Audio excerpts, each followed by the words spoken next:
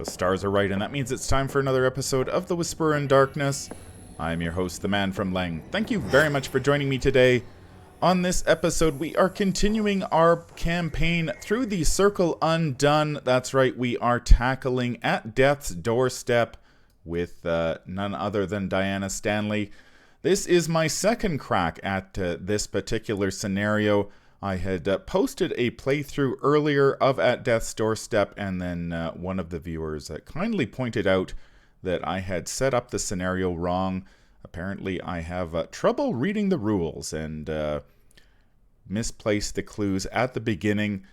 So we are going to take another crack at this. I hate making mistakes in these playthroughs, and so I felt it would be best just to take that video down and re-record it. So we shall see how we do this time along. First of all, I would like to thank all the patrons who make this content possible. The Arkham Horror LCG community is absolutely fantastic, and these players have gone above and beyond to support the channel. If you'd like to support the channel and get your name in on this list, head over to patreon.com and check out the Whisperer in Darkness and sign up. There are many different tiers that you can sign up for and that fit your budget, and you can support this channel. I would greatly appreciate it. We are playing Diana Stanley. We earned 7 experience points during the last scenario, and we do have the 2 copies of Arcane Research in our deck, so we were able to purchase a copy of Shriveling 3, which we replaced one of our regular copies of Shriveling. We also purchased 2 copies of the Enchanted Blade 3, the Mystic version, which we used to replace our 45 automatics. The deck has stayed pretty much the same other than that, just those 2 changes. So we'll be looking to earn at least 1 experience point. If we do earn 1, then we'll be able to swap out our other copy of Shriveling for Shriveling 3. If we can earn a few more than that, then I would definitely like to swap in a couple copies of Deny Existence 5, but those will cost us 3 experience points a crack, and we can only do that. We can only swap one of them each once per scenario. So that's what our goal is here in the near future. Here is the campaign summary so far. We had Valentino Rivas was pulled into the spectral realm. 3 pieces of evidence were left behind. Diana Stanley accepted her fate and added 2 tablets to the Chaos Bag and the Tower 16 and Ace of Rods to her deck. We earned 7 XP during the Witching Hour, and the mementos discovered include the Mesmerizing Flute and the Ritual components. So this playthrough, because I set up the clues wrong, it turns out the wrong clue setup didn't affect the playthrough that much. It would have worked better if Penny White had been pulled into the spectral realm, so we're gonna try it again with the proper setup. We are set up and ready to go here in Octagon. We have placed 3 clues on the billiards room. That is where we do set up these clues. You place 6 and then you remove 3 based on, we removed 3 because we had discovered 3 pieces of evidence. Diana Stanley starts here at the entry hall, which has the resign. I guess there is nothing to those disappearances after all. So our goal here, unfortunately this is not a blind playthrough since I did play this once before. So our goal here will be basically to get to the billiards room and discover all these clues, so we can get on the trail of Valentino, and then our goal will be to escape once all the big bads start coming out. Agenda 1A is Justice 11. Be true to yourself and seek the truth in others. You must balance the scales. You shall be called to account for your actions. Silver Twilight enemies cannot be damaged or defeated, and it has the forced effect. When you draw a monster enemy, instead of spawning it, set it aside out of play and place 1 doom on this agenda. This effect can cause this agenda to advance. So monster enemies in this scenario are like an ancient evils, and then once we advance to the next stage of the game, those monsters will come after us, so we need to be ready for that. Act 1A is Hidden Agendas. As you approach the patio of the Miger estate, a man in an elegant suit checks your invitation at the door. Inside, guests mingle and chat with one another, but much of the conversation is awkward and terse. A silent tension has gripped the manor, and you are not sure why. And our objective is to find information about the disappearances by discovering as many clues as you can. Do not advance until you are instructed. Hint, it may be worthwhile to investigate the last known locations of the missing persons. We are playing at Death's Doorstep on standard difficulty. The skulls are -1, -3 instead if your location is haunted. That is one of the features of the scenario. Halfway through, we swap out all of the regular locations for their haunted variations or variants, and so the skulls will become a little more painful partway through this scenario. The tablets, of which there are 2, are -2, and if you fail, and this is an attack or evasion attempt, resolve each haunted ability on your location. We do not want to trigger haunted abilities as much as possible. They can get extremely painful, and we can end up with them comboing together to create some very painful effects. And the Elder Thing's -2. If there's a spectral enemy at your location, you take 1 damage. We don't have to worry about that at the moment. Joseph Miger, he is the lodge host. He's got 3 fight, 3 health, and 3 evade. He's a humanoid cultist, Silver, Twilight, and Elite. He has Retaliate, and he has the action, if no other Silver Twilight enemy has Doom on it, we may parlay with him to test for intellect to convince Joseph that this is not your doing. If you fail, Joseph Miger attacks you. If you succeed, flip this card over and resolve its text, and he's worth 2 victory points. He will hit us for a damage and a sanity if he attacks us.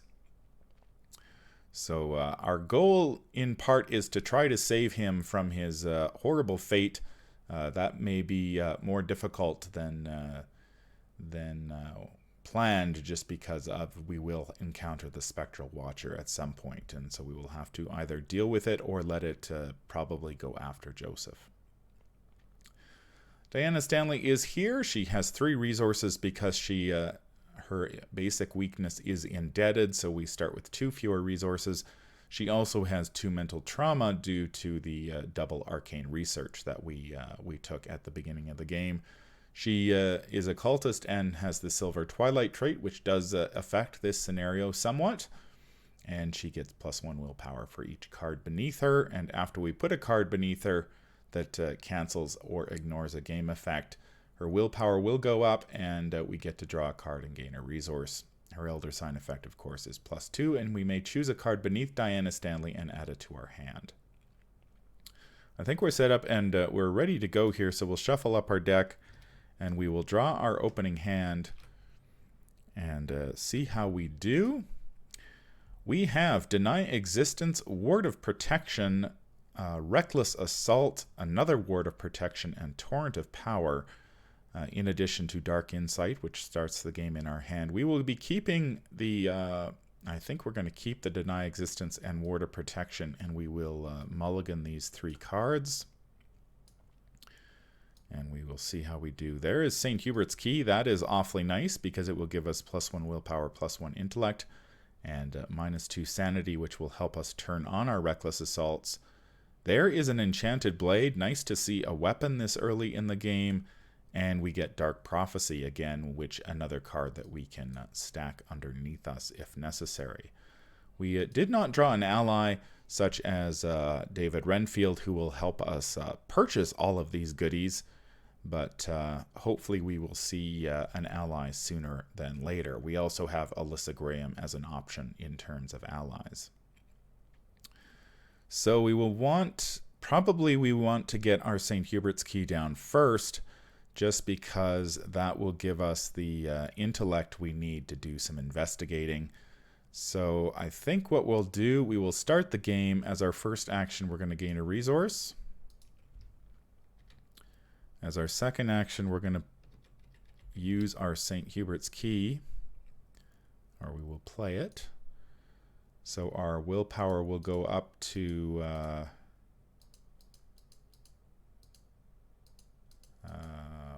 to go down, but it's not going down. There we go. Come on. Why is this not working?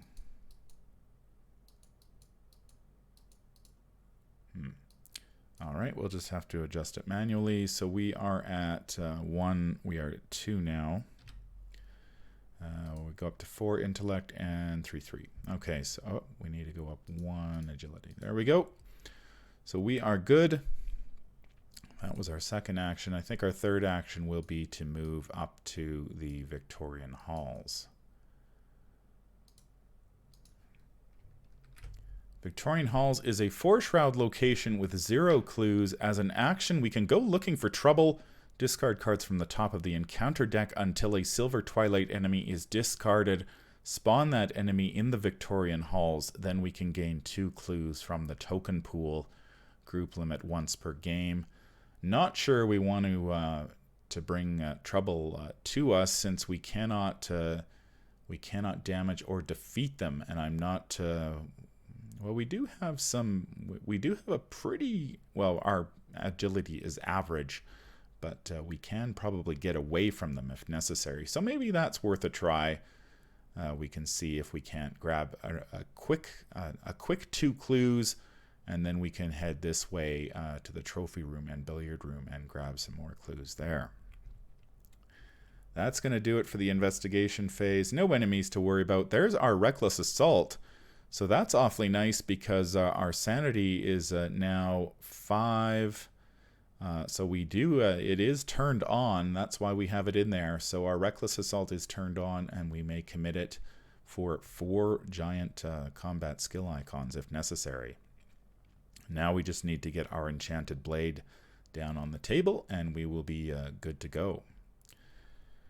So we have one resource. We will go on to the first mythos phase of the game. We add 1 doom, 1 of 8, and we will draw our first encounter card, which is always exciting. Here we go. We see there is a lodge enemy. The Lodge Neophyte. 3 fight, 1 health, 2 evade. Humanoid cultist, Silver Twilight. He spawns at any empty location. He is aloof. And after Lodge Neophyte enters play, place 1 doom on it. And we can parlay, test 2 willpower. If you succeed, remove all doom from the Lodge Neophyte. Alright, so he can go to any empty location. Where do we want to put him? Let's move him to the entry hall, since that is empty. After he enters play, we place 1 doom on him. Or do we want to parlay test willpower? How is that for us? But he will attack us. That's the problem. Oh no, he's aloof, so we would have to... So he's aloof, but we can take the action on him. No, we'd have to engage him. No, we don't have to engage him. We just have to be at his location. So we could test 2 willpower and then remove the doom from him. That might be worthwhile, because we don't want to speed up the... we don't want this to go any faster than...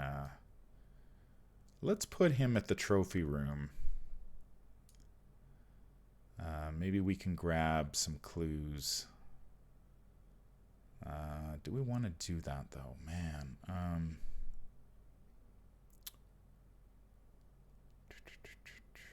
It's a tough decision. I don't know what the best course of action is here. Whether we want to deal with this guy, or whether we just want to... we probably do need... Well, no, I think we can just parlay. I'm just going to put him at the entry hall. I don't want to really deal with him. We will add a doom, unfortunately, but that's we'll just have to deal with that. So we'll gain our three actions. We go back to the investigation phase. First action, we're going to move to the trophy room. It is connected to the right. Yes, it is. Okay. Trophy room is a 2-shroud location with 0 clues. You may spend some time schmoozing with the other guests, gain 2 resources, or spend 2 resources to gain 1 clue from the token pool, limit once per round. Okay, so we can either gain 2 resources or we can spend 2 resources to gain a clue. I think we want a clue because we're going to get 4 clues here, and a 5th clue there would be very nice to have. So if we take an action to gain a resource, I don't want to use this to gain 2 resources because that would lock us out of this location.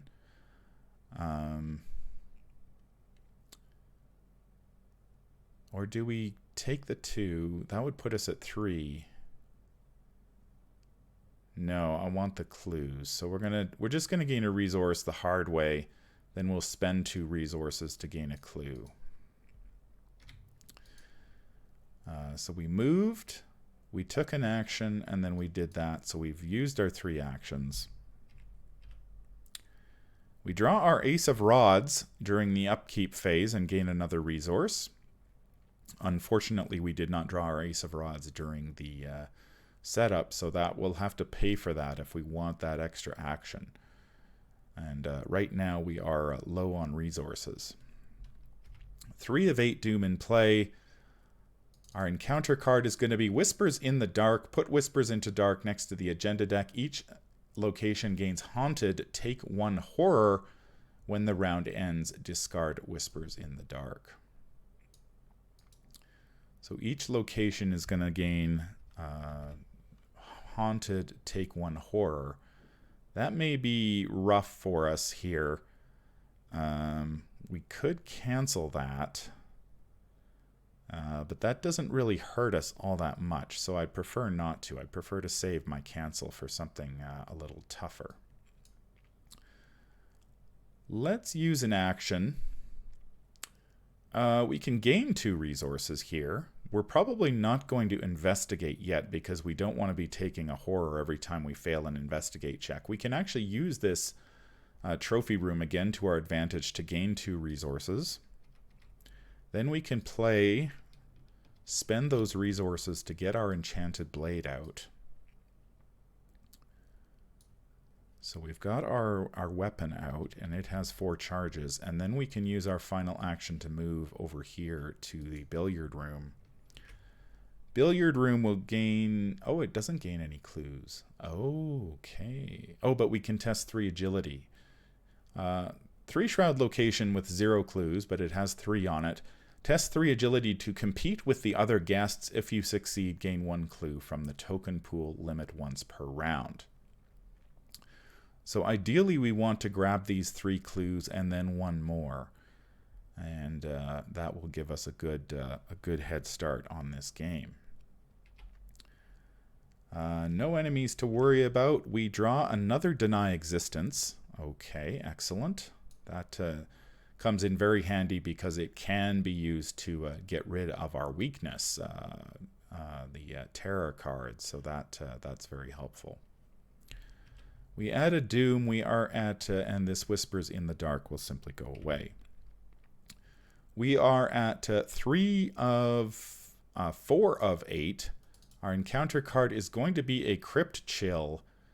Ouch, that hurts. We're going to have to cancel that, I think, because we do not want to be discarding any of our cards. So we will play our Ward of Protection. We will take a Horror. We will take a Horror, and then we can place this under us. We gain a resource, and we draw a card. So there is our machete. Okay, so we've got a machete and an enchanted blade, so we're well armed. Now we need to do some investigating here and grab these 3 clues, if at all possible. We have 3 actions. All right. I guess we're just going to investigate. We're going to go 4 versus 3. Not great odds, but better than nothing. 4 versus 3. Chaos Bag says an Elder Sign. So that's a +2, and we can take this card out from underneath Diana if we want. But our willpower is 3. I'm content to leave it there. We'll simply gain the clue. Let's do it again. 4 versus 3. Chaos Bag gives us a -4, and we'll do it one more time. 4 versus 3. Chaos Bag gives us a tablet, and that's a -2. And we have to resolve the haunted ability on our location, but it is not haunted. So we gained another clue there. We go to the upkeep phase. We draw a dodge. That's very nice. In case we encounter another enemy, we go to the Mythos phase. 5 of 8. We will draw a card. It is another mist. It is a 3 fight, 4 health, 3 evade enemy. Prey investigator at location with the most clues. That will be us. It is an aloof and hunter, and the Nether Mist's location gains haunted. Nether Mist attacks you. So that is going to make it a little more difficult to investigate this location, unfortunately. Now, do we want to get rid of oh, that's a monster. So we place it out of play. And we add a doom. So we're at 6 of 8.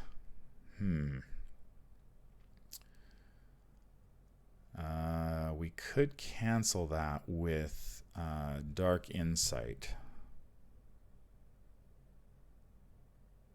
I think I'm going to cancel that with Dark Insight. We will shuffle this back into the encounter deck. Enemies are bad news, so the fewer of them we get, the better. We will gain a resource still from the Dark Insight, which will go underneath us.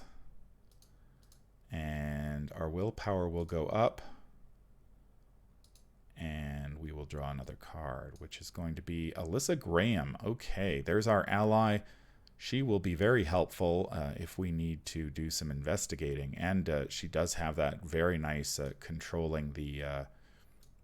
lets us peek at the encounter deck so we can see what's going on there. So we need to do some investigating. We don't have any resources to help us get Alyssa out, so we're just going to have to go 4 versus 3. Chaos Bag says -2. So that's a failure. We try again. Chaos Bag gives us another -2. And we try again. Chaos Bag gives us a -1. So we do grab another clue there. So we've got 3 clues, and there's still one on the billiard room.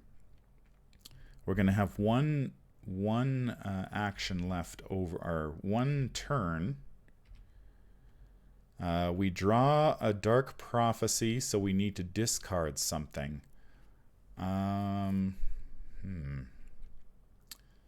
Lots of good stuff here. I think I will discard that Dark Prophecy. That's a card we can place under Diana, but... So we've got 7 of 8 Doom. Let's see what the encounter deck throws at us. There is a Obscuring Fog. Ouch. We have nothing to cancel that with. Ouch, ouch, ouch. That's nasty. Damn it. That's +2 Shroud. So we're at 4 versus 5 now. And I have no way of getting around that.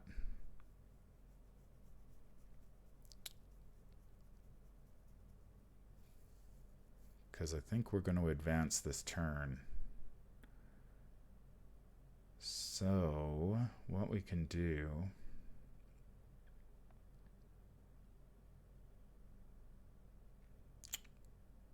We may not be able to grab this clue now. I think we're pretty much locked out. That's an unfortunate pull at that time because we just don't have the...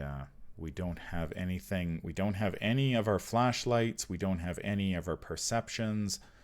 We just don't have anything to help us get through that. We have our deny existences, but that's not going to be enough to... we could go... The best we could do would be to 6 versus 5. But yeah, the Chaos Bag just hasn't been helpful in that regard. We can pick up a clue at the trophy room. Or we could grab 2 clues at the Victorian halls.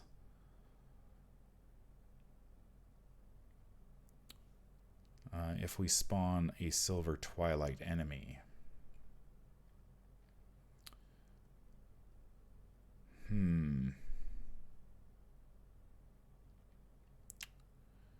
It's a tough one. Yeah, not having played this scenario makes these sorts of decisions difficult. The odds of actually grabbing a clue here, either through with that agility test, that seems very unlikely. Investigating that to grab that clue is going to be very difficult. We don't have the resources available to us to get Alyssa down this turn to help us.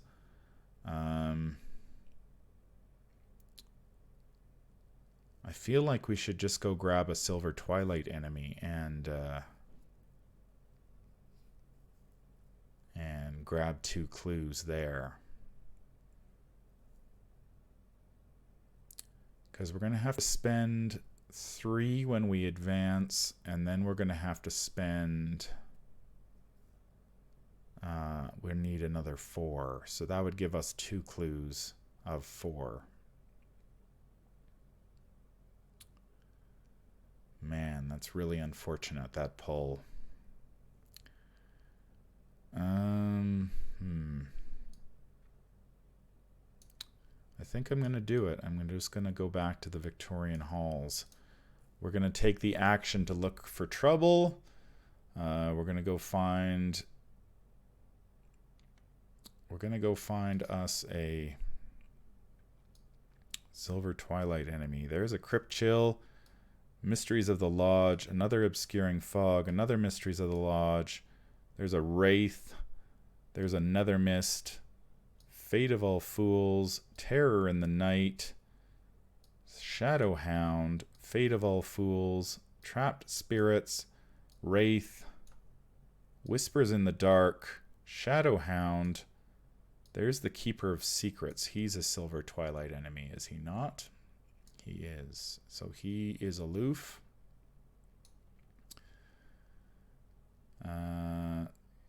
So we spawn him at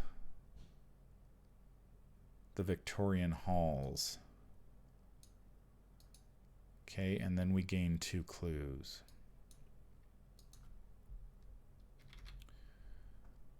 Okay. The Keeper of Secrets is 4 fight, 2 health, 3 evade, humanoid cultist, Silver Twilight. Spawns at any empty location. He's aloof and has retaliate. Forced when the Mythos phase ends. Place 1 doom on the Keeper of Secrets. We can parlay with him again to remove all doom from him. So we are not going to be... we are going to be advancing this turn anyway, so I'm not too worried about the doom. So that is going to be the investigation phase. Nothing in the enemy phase. We draw another machete. We will discard one of our machetes. And we are advancing this turn because we have...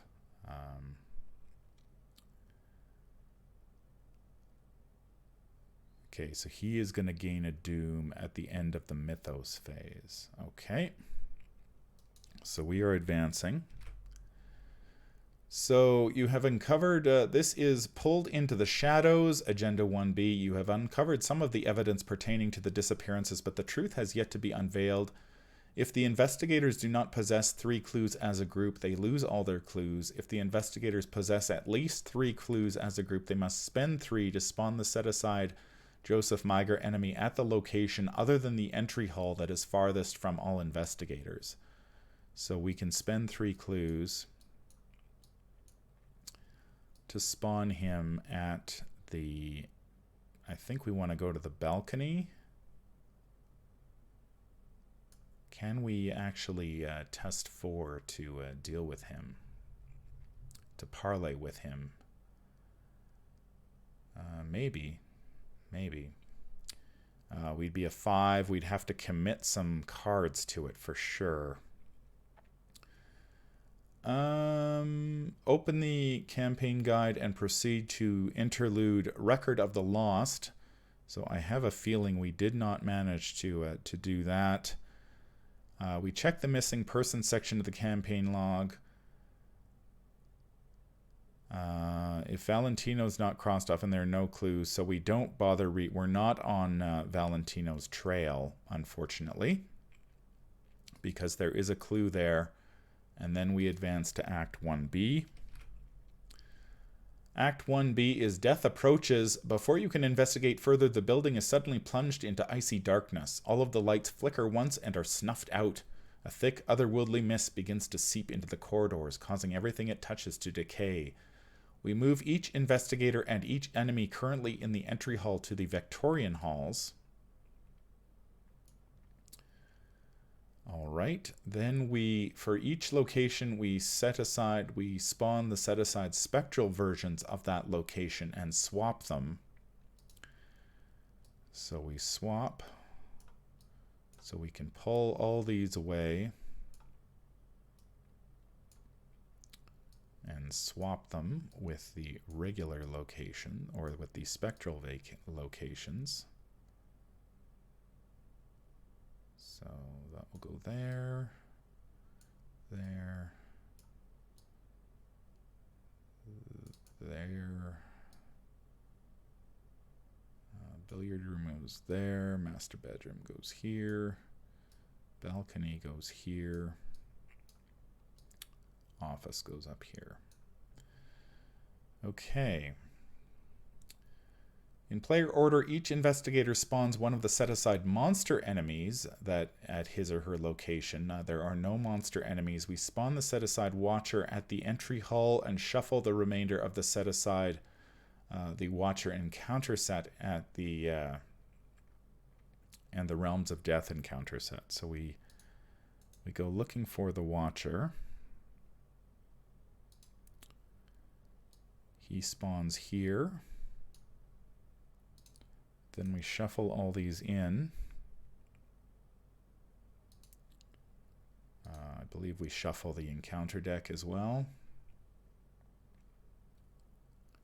Enemy, shuffle the remainder of the set-aside watcher set into this. Okay, as long and with the encounter discard pile. So we do that. So we've done all that. Now I think that's all we've done there. So now we advance to Act 2A, the Spectral Realm. In the blink of an eye, everything has changed. A sudden oppressive silence fills the halls of Joseph Meiger's manor. Gone is the din of idle chatter from the banquet hall, the clinking of glasses, the laughter of oblivious guests. Save for you, only you, and several others, all of the people in the house have vanished without a trace. All that is left is the dark mist and the beings that inhabit it. So we need 4 clues to advance. We still have 2, so that's okay. Now, we have a couple of guys here. So the Lodge Neophyte doesn't have any doom on him anymore.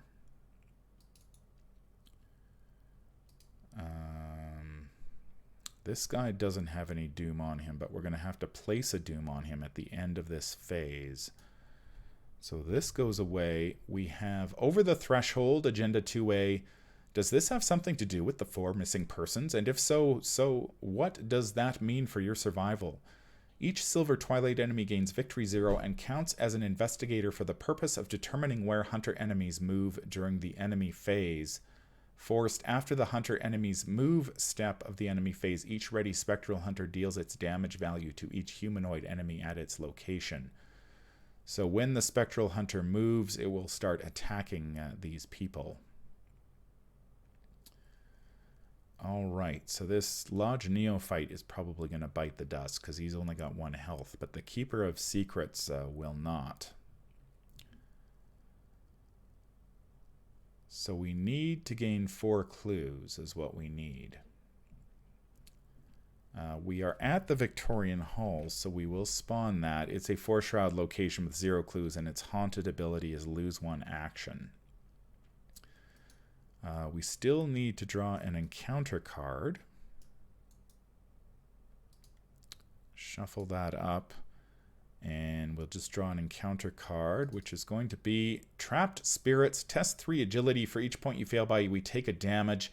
If your location is haunted, as an additional cost for an investigator to commit 1 or more cards to this skill test, he or she must resolve each haunted ability at this location. So if we want to commit cards, we're going to have to lose an action. So we're not going to do that right now. We do have a deny existence, so we can simply deny the damage. We will just see what the Chaos Bag says. -2. So we will take 2 damage, which we will play deny existence on to prevent that damage. We will gain a resource, and we will draw a card. There is emergency cash. All right, we could have used that a little bit earlier, but nevertheless, we can get Stanley, or not Diana, but Alyssa down now. We get our 3 actions. I am going to play Alyssa. Let's get Alyssa down. That gives us a bunch of horror, or a bunch of sanity we can use, and it gives us another +1 intellect. So we're at 5. We will move to the master bedroom. It's a 3-shroud location with 1 clue. Haunted, place 1 of your clues on the master bedroom. So we would like to pass this, if at all possible, to grab this clue. 5 versus 3. Yeah, that's tough. That's a tough one.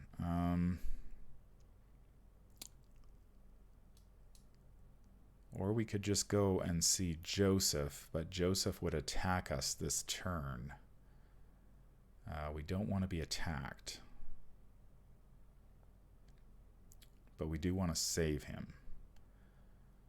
I'm going to try to grab this clue. We're going to go 5 versus 3. Chaos Bag says -1, so we do succeed. Whew. Close. These haunted abilities make this make this scenario you just can't investigate willy-nilly. You've really got to be careful about what you're doing. So we do grab a clue there. That's nice. We go to the enemy phase. So the Spectral Watcher will hunt. We can probably just move these aside because I doubt we're going there this turn. So the Spectral, this guy should have a Doom on him because we add 1 at the end of the turn, at the end of the Mythos phase. So then the Spectral Watcher will deal 1 damage. So each side, and counts as an investigator for the purposes of determining where hunter enemies move during the enemy phase. So the Spectral Watcher will not move as long as there are enemies there. So each ready spectral enemy deals its damage value to each humanoid enemy at its location. So this guy dies, and this guy takes a damage. So he will take another damage next turn. Right. So we go to the upkeep phase. We draw a 2nd emergency cache. Wow, we're just flush with resources now. 1, 2, 3, 4, 5. So we've got a 5 willpower, a 5 intellect, and 3 threes otherwise. Let's add a Doom. So there's 2 of 11, and we draw a Wraith. So the Wraith will engage us. And this guy will add a Doom. But he is going to die next turn, I believe, because the Spectral Watcher is going to stay with him and simply kill him for us. So we don't have to worry about him. We do have to worry about this Wraith, however, but we do have an Enchanted Blade, which is a relic, which should be able to kill this guy. So we get +2 for this attack, and as an additional cost to use this ability, we may spend up to 2 charges to get +1 combat and +1 damage. So let's spend a charge. So we're at 3, 4, 5, 6 versus 2. I think that should be okay. Chaos Bag says tablet. That's a -2. So we do succeed, and the Wraith will take 2 damage and die because we killed it with a relic. Alright, that was our first action.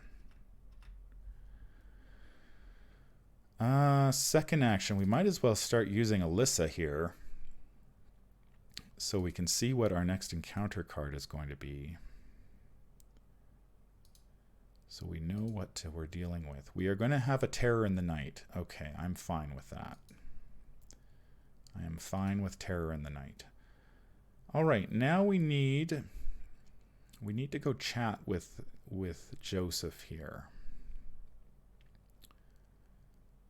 We don't have we have a 5. We'd be going 5 versus 4 on the parlay. I don't really want to hang out here too long. I guess we could kill him too, couldn't we? But that's not... we want to flip him over, I think, is what we want to try to do. We could dodge his attack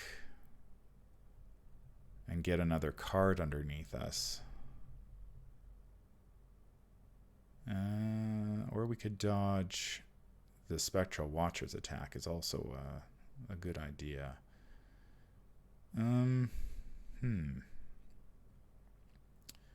I need some intellect icons. More than anything right now. I could draw a couple cards.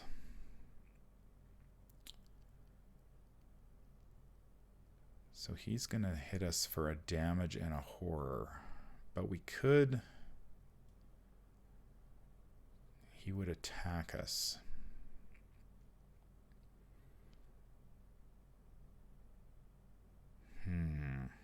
It's a tough choice. I don't really want to hang out here because of the haunted ability on it will hurt us.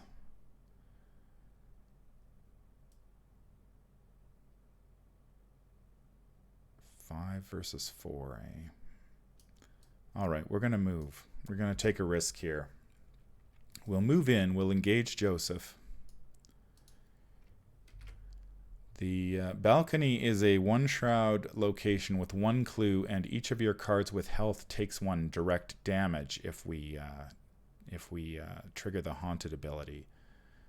So we want to parlay with Joseph. Oh no, we can't parlay. Okay, that's gonna change us because we can't parlay with him as long as this guy is alive. So that changes our plans quite a bit.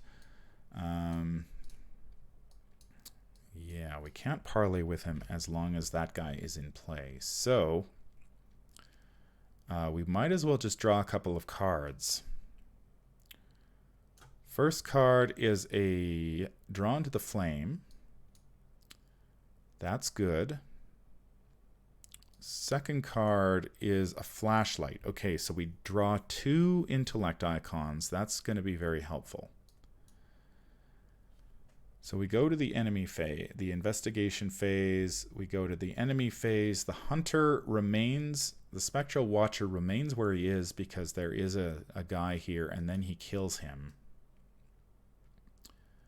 So he will be coming after us next turn. We go to the upkeep phase. We draw our Twilight Blade. Now we can get rid of some...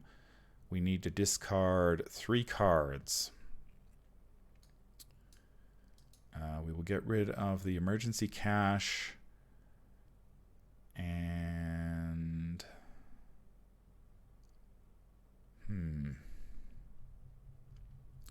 do we get rid of the Ace of Rods, or do we get rid of...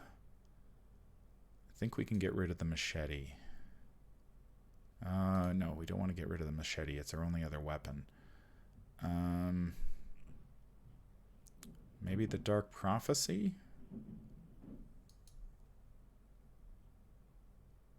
Yeah, okay. So we've got a couple of intellect icons we drew there. So we're doing okay. So we can go 5, 6, 7, 8 versus 4. That should be okay. 8 versus 4?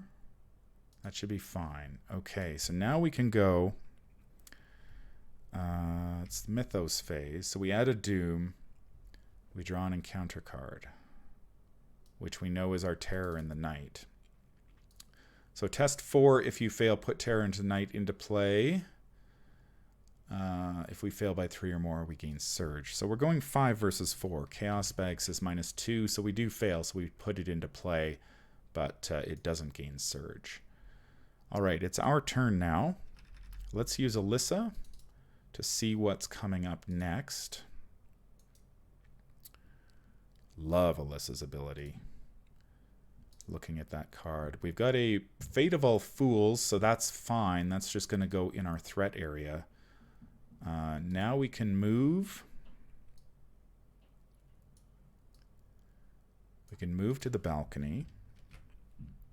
We added it again is one shroud, 1 clue, and each of your cards takes 1 direct damage if we trigger the haunted ability. Joseph engages us. Now we can parlay with him because there are no other haunted Silver Twilight enemies with Doom. We can test 4, so we are going to go 5, 6, 7, 8 versus 4. Chaos Bag says 0, so we do successfully parlay with Joseph. So we flip over and resolve its game text. Okay, so Joseph's plan. Joseph lowers his weapon and studies you for a moment. Perhaps you are telling the truth, but if that is true... He ponders the situation, then holsters his weapon and checks his pocket watch. Regardless, we have little time. If my estimate is correct, the anomaly will recede soon. We must be out of the manor before that occurs, or we will all be trapped here. You ask how he knows all of this, but he merely shakes his head. This is not the time. Ask again if we make it out of here alive. So we remove all Doom from this card. For the remainder of the game, Doom cannot be placed on Silver Twilight enemies, and Joseph Maiger gains aloof. Flip this card back to the enemy side, and it disengages from all investigators. So we did succeed. So we remove all Doom. That's fine. For the remainder of the game, Doom cannot be placed on Silver Twilight enemies. That's fine. And he gains aloof, and we disengage from him. So he gains aloof. Okay, so we successfully dealt with him. We need 1 clue, which we're going to try to get now. We are 5 versus 1. Chaos Bag gives us a tablet. That's a -2. So we do succeed. We grab a clue there. Now we've got 4 clues, so we can advance. We can advance our act. So we flip that over. Act 2B is a way out. You find the corpse of one of the others trapped here, a member of the Silver Twilight Lodge, you surmise, although his outfit of blue and silver robes suggests something more esoteric. Gripped tightly in his withered hand is a small tome bearing the insignia of the lodge. Browsing through its pages, you are surprised to find all manner of information regarding the mist and the creatures you have encountered, including a spell to release the bonds of death and escape the mist. How long has this man been here, studying this realm? Regardless, at least you have a way out now. The mist blocking your escape recedes, reveal the entry hall. So now we can get out of here. We can escape. We can shuffle the encounter discard pile into the encounter deck. Okay, so that is going to... now we don't know what we're going to draw, but that's fine. Okay, and then we advance to the next act. Act 3A is Escape the Cage. Now that the mist has receded, you might be able to escape with your lives, but what about Joseph Mager and the other lodge members left behind? Should you stay to make sure they escape, or flee while you still have the chance? Forced at the end of the round, each Silver Twilight enemy in the entry hall escapes. Place them beneath the entry hall out of play. Move each ready Silver Twilight enemy with the aloof keyword once towards the entry hall. That's at the end of the round. If each undefeated investigator has resigned, advance. Okay, so that was our turn. So at the end of the round, Joseph is going to move. Okay, so we go to the enemy phase. The Spectral Watcher moves. Now we could try to kill him next turn. Well, we can't really kill him. We can exhaust him for a couple of turns. When does they get out? Each Silver Twilight enemy at the entry hall escapes. Okay, so we go to the end of the round. There's the tower. Okay, so we draw. We cannot commit cards to skill tests while the tower is in our hand. If the tower is drawn in your opening hand, okay, so we want to get the tower out of our hand if we can. Okay, so at the end of the round, Joseph moves here. Okay, so we're going to have to go and beat up the Watcher. He's going to take a damage and then he's going to move again next round. Okay, so we know what we have to do.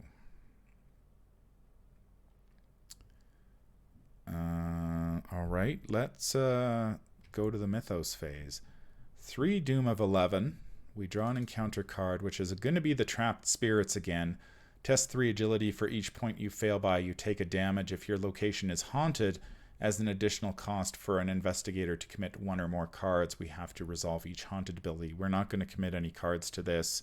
We will simply take the damage. So we're going 3 versus 3. Chaos Bag gives us a -2, so we do take 2 damage. That's okay. That is fine. Now we've got Alyssa back online, so we can check cards.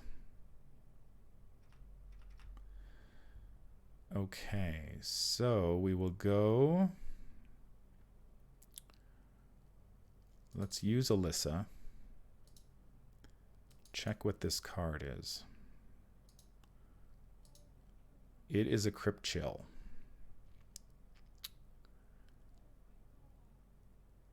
Okay, that's bad. Well,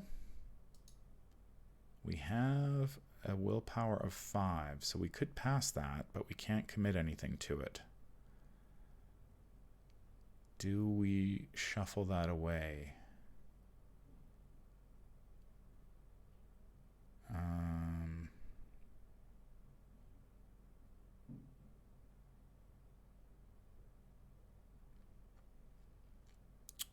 It's a tough choice.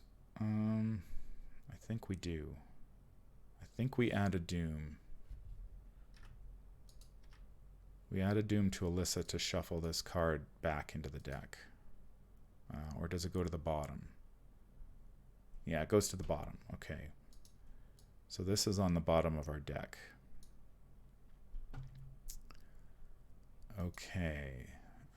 We need to move. So we move to the Watcher. We engage the Watcher.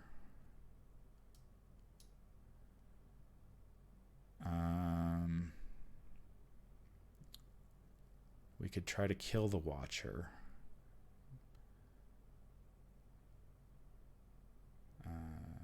Yeah, so we've got 2 actions left. when it is defeated, we can, instead we heal all damage, disengage it, and exhaust it. It does not ready during the upkeep phase. Okay, so we'd need to hit it. We could commit.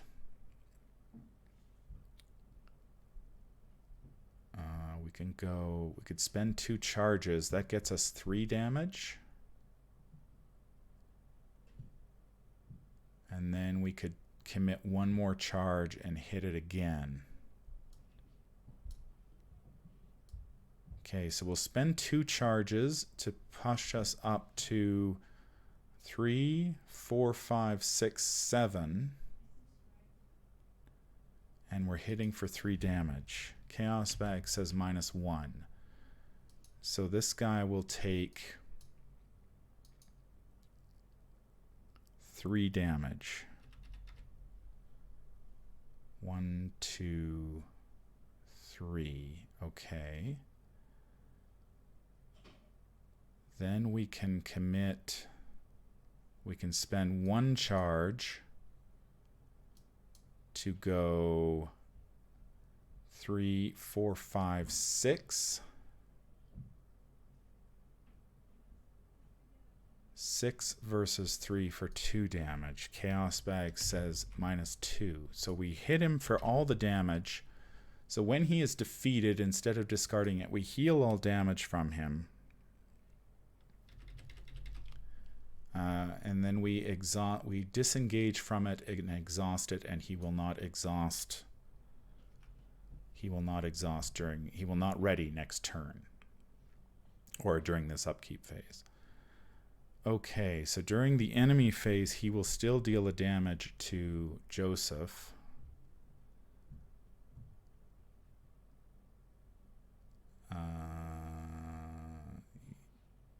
Yeah, so he will take a damage. Then we go to the upkeep phase. We draw Perception, and this guy doesn't ready. And then at the end of the round, Joseph moves. Okay. And that's going to do it. Okay. We go to the Mythos phase. Whoops, I jumped ahead there. So we're at 4 of 11. We draw a Realm of Torment. We put that into play in our threat area. When your turn begins, resolve each haunted ability at your location. Okay, so we are... Place one of your clues on the bedroom, so nothing happens there. Okay, so the haunted ability here is lose an action. Okay, so that's fine, actually. We put it into play in our threat area, and then when our turn begins, we resolve each haunted ability, but we're not worried about that. So we will check with Alyssa. Sorry, we're at 5 of 11 because of Alyssa. Let's see what her... The next card is another one of those trapped spirits. That's fine. We can actually play the tower. We've got the health for it.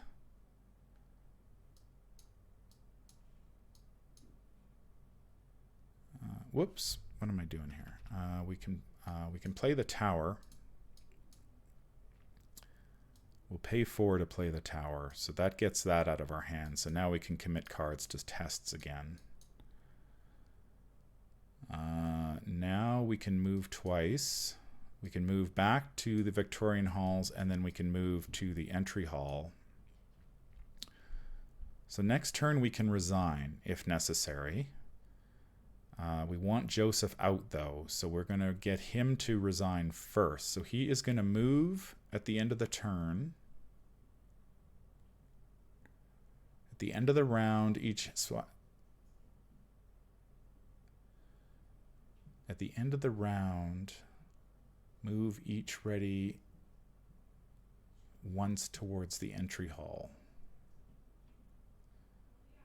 So my question here is, if he moves to the entry hall this round, does he get out this round? Each Silver Twilight enemy in the entry hall escapes at the end of the round. Place them beneath the entry hall out of play. Move each ready Silver Twilight enemy with the aloof keyword once toward the entry hall. I am not entirely certain about the timing of this. I feel like he can't escape the turn he gets there, but I could be wrong about that. We will go to the enemy phase anyway. So during the end of the round, where was this guy? He was here. We draw a torrent of power, and at the end of the round, Joseph leaves, or he gets to the entry hall. Now, I'm not sure if he leaves or not at this point. But we're going to play it the harder way, that he doesn't leave. We will go to the Mythos phase. There's 6 of 11. We know we're drawing the trapped spirits, so we test 3 and take a damage for each one we have. We will draw -4, so we're going to take 3 damage. No, we're not. We're going to deny existence that. We will deny existence that, so we will take no damage. And we will gain a resource. And we will draw a card. So there's David Renfield. So Realm of Torment. So we're just going to hang out a turn. So we'll just, I guess what we'll do, we might as well play our machete. Just for, we can't actually, but we can gain a resource. So we will gain our 3 actions. We will spend 1 action. Before we do that, I'm going to see what's coming next. Not that it matters all that much. We can get out of here anyway. Oh, it's one of those. That's fine. It's one of those Fate of All Fools. So we know that's coming. We will gain a resource. We will play our machete.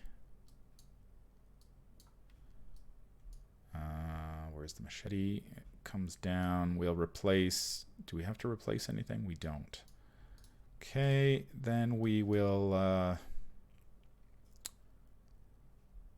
guess we'll just. Well, we've seen all our weakness. Oh no, we haven't seen our other weakness. So we'll just draw. We'll just gain a resource.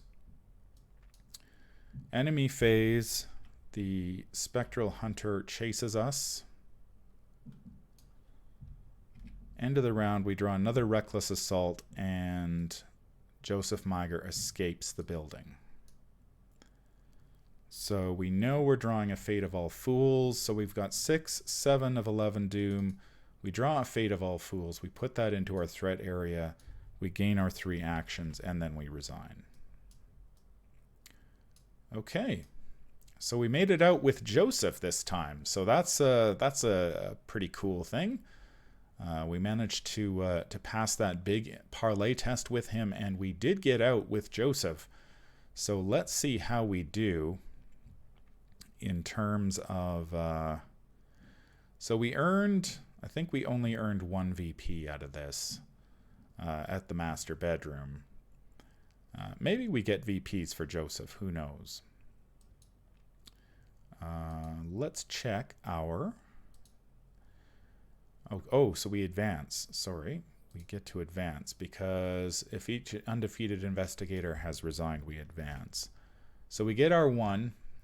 Alive for now. Coming to this place was a terrible mistake. You had hoped to uncover evidence pertaining to the disappearances at the estate, not to become victims yourselves. As you tear through the entry hall and slam through the Manor's heavy front door, you vow to put as much distance between you and the Miger estate as you possibly can. Unfortunately, your plan is quickly derailed. R1. All right, so let's go to R1. So R1 is, as soon as you emerge onto the patio, you are surrounded by grim men in trench coats. Several of them reach into their coat pockets, a warning not to do anything too hasty.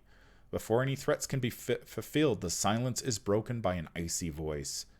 Now, gentlemen, there is no need for that, as Carl said. The men withdraw to reveal an elderly man you recognize as Carl Sanford, the president of the Silver Twilight Lodge. Despite the dangerous situation, his expression is almost too casual.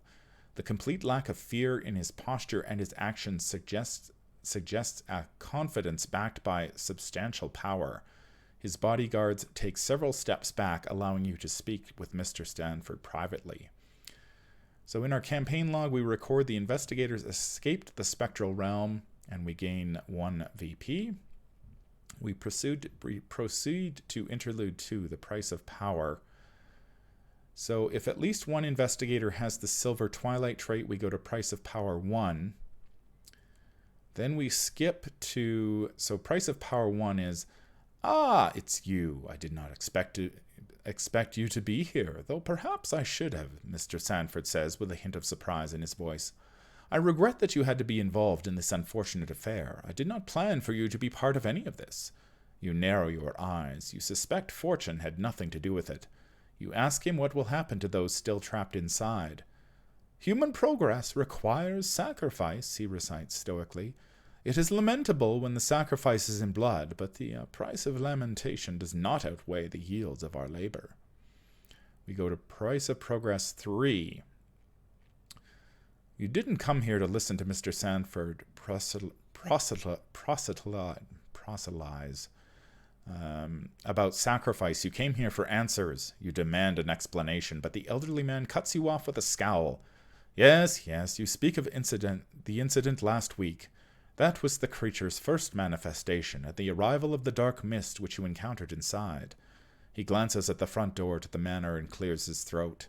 The lodge was not involved in the disappearances that occurred that night, he explains after a short pause, but we couldn't exactly go to the police and tell them a creature made of mist kidnapped 4 people in Mr. Miger's household, could we? So we had to take matters into our own hands. We suspected that creature was drawn to the crowd, so we recreated the incident in order to understand what happened, to discern its motives. The decision to host another event at Mr. Miger's estate so soon after the disappearances makes sense to you now. As much as you hate to admit it, there is some logic to the plan the Lodge put into action, although you don't particularly like being used as bait. Who knows how many innocent bystanders were put in mortal danger? Even if the goal was noble, was it worth the sacrifice? I hope you understand that our organization only seeks the betterment of humankind.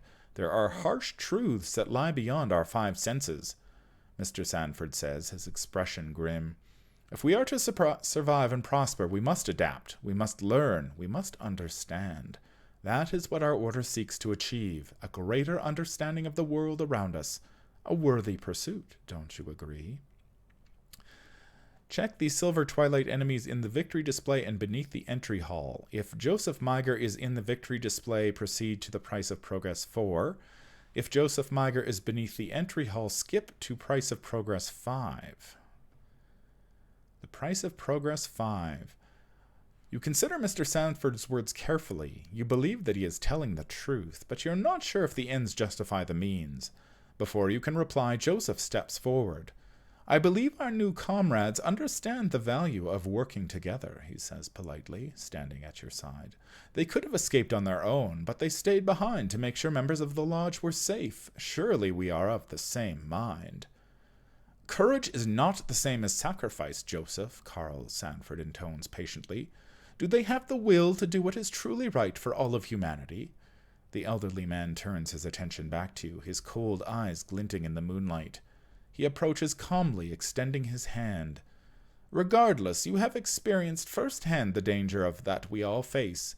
Join us, and we can face it together. With our knowledge combined, we can protect Arkham from this threat. In your campaign log, record that the investigators rescued Joseph. Each investigator earns 2 bonus experience points as he or she gains insight into the inner workings of the Silver Twilight Lodge. Then we must choose. I refuse to be part of this, skip to 7. I agree, skip to 8. Or I agree, but we are lying, skip to 9. I'm going to think about that one. The Silver Twilight Lodge is notoriously evil, but Diana Stanley is a cultist of the Lodge, so who knows what she will do. I will think about this, and when I return with the playthrough of the secret name, I will let you know what I decide. Will Diana join the Silver Twilight Lodge, or will she refuse to be part of this? So this is my second playthrough of this scenario, and this one went pretty well, I think. Well, setting it up properly certainly helps. It does make the playthrough a little, I guess, much different, since I didn't have nearly as many clues to worry about. But I did know that I needed clues in order to advance, which did certainly help me quite a bit, because I knew I needed to grab enough clues in order to finish off this game as quickly as possible. The last game I did not get Joseph out of the building, so that is new. Nice to see that ending. So far, so good. I mean, the encounter deck doesn't seem all that bad. There are some nasty enemies in there, but we didn't happen to draw them. I didn't find the treacheries all that bad. Fate of All Fools, of course, is only good if you draw multiple copies of that. We didn't see multiple copies. Terror in the Night is only bad if you see all 3 copies. We didn't see all that. Realm of Torment is really bad, but we were not at locations with haunted abilities all that long, so it didn't really play a part in the game. So that is going to do it for my playthrough of At Death's Doorstep. I hope you enjoyed it. I certainly enjoyed this game, and I am looking forward to bringing you the secret name when I am back from vacation. I am going on a much needed vacation, and when I am back, I will be finishing off this campaign. Is it Before the Black Throne is the final Mythos pack that will be coming out probably in early August, and so we are wrapping up the Circle Undone, and I would like to play the rest of this campaign, and we will see how it goes. So thank you very much for joining me today, and stay tuned for more great Arkham Horror LCG content. That's going to do it for this episode. If you enjoy what you hear, remember to like, comment, and subscribe. If you'd like to become a patron, head over to patreon.com and choose a tier and sign up and claim your rewards. I would really appreciate that. We are almost at the $100 mark, and I would love to break $100, so head over there and sign up now. If you need to contact me, I can be reached at manfromleng@gmail.com. I'm also on Twitter at manfromleng. Until the stars are right, keep your shotgun close and your elder sign closer. Take care out there, and happy investigating.